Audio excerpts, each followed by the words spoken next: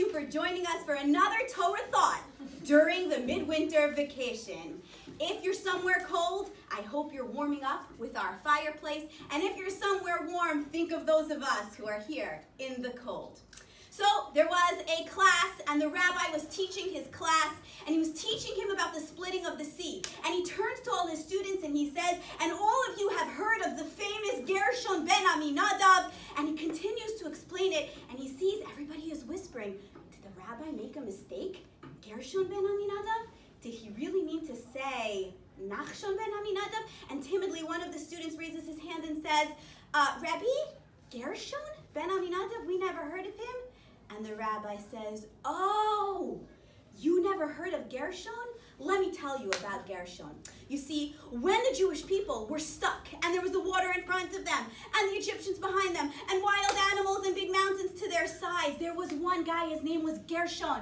And Gershon was thinking, you know what? Hashem said we should go. I'm going to do it. I'm going to go. And he was thinking, should I go? Shouldn't I go? Is it the right thing? Isn't it the right thing? And before he knew it, someone named Nachshon jumped in before him. And so Gershon had the idea first, but none of us remember Gershon. We all know Nachshon ben Aminadav, who jumped into the waters and the sea split. Because in life, you get opportunities.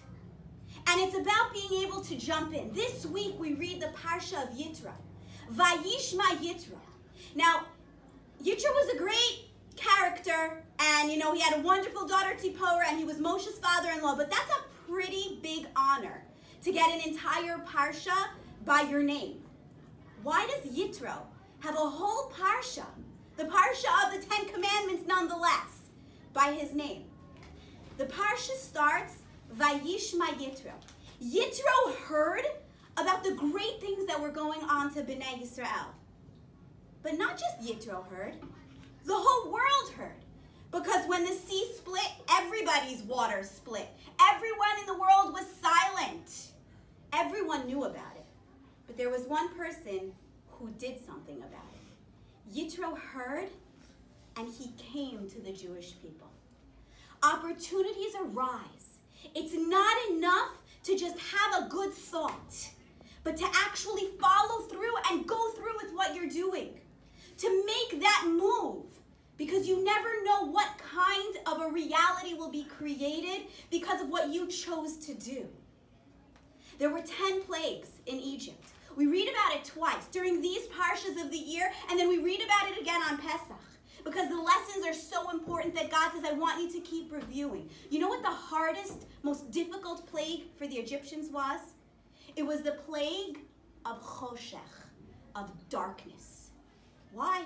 On the other ones, their bodies were getting hurt, their animals were dying, everything was getting destroyed. Darkness, they were just frozen in their spot, and our rabbis tell us darkness was the most difficult plague for them because they had to experience it alone.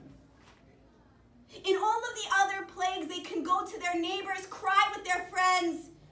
Darkness was being alone.